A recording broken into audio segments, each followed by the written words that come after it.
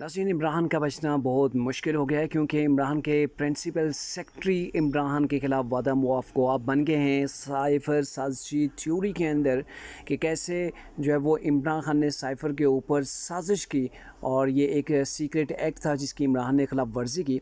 आज जो उनके प्रिंसिपल सेक्रेटरी थे आज़म खान, उन्होंने अदालत के रूबरू जाके मजिस्ट्रेट के सामने बयान जो है वो रिकॉर्ड करवा दिया है।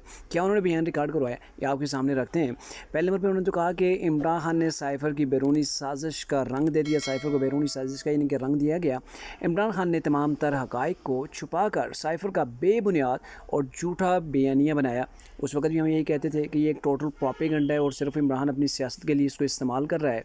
इमरान ने कहा कि साइफ़र को गलत रंग देकर अवाम का बयानिया बदल दूँगा और डेफिनेटली इसके ऊपर इमरान काफ़ी हद तक कामयाब भी रहे और उन्होंने अवाम के अंदर परसेप्शन जो है वो पैदा कर दिया था कि जो है वो इमरान के ख़िलाफ़ अमेरिकन साजिश हुई है। इसके अलावा ये कहा गया कि इमरान ने साइफ़र 9 मार्च को मुझसे लिया और मुझे बाद में कहा कि मुझसे वो गुम हो गया है।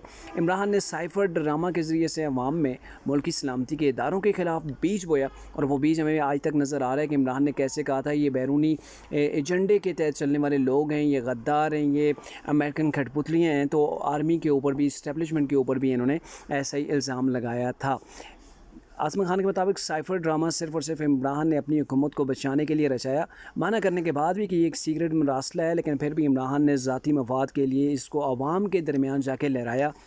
तो ये वो सारे हक़ाइक़ थे जो आज़म खान ने सामने रखे हैं। अब इमरान को अदालत ज़ाहिरा तलब करेगी। तलब करने के बाद इमरान से पूछा जाएगा कि आपने ये सारा कुछ क्यों किया और सीक्रेट एक्ट के तहत इमरान के ख़िलाफ़ जो वो अब कार्रवाई होगी। और इस कार्रवाई का आपको मैंने गुज़िश्ता व्लॉग के अंदर भी बताया था कि ये सीक्रेट एक्ट की जो ख़िलाफ़ वर्जी होती है ये मुल्क के साथ गद्दारी की दफ़ात इसमें शामिल होती हैं और आर्टिकल 6 के तहत जो है वो इसके मुताबिक कार्रवाई अमल में लाई जाती है।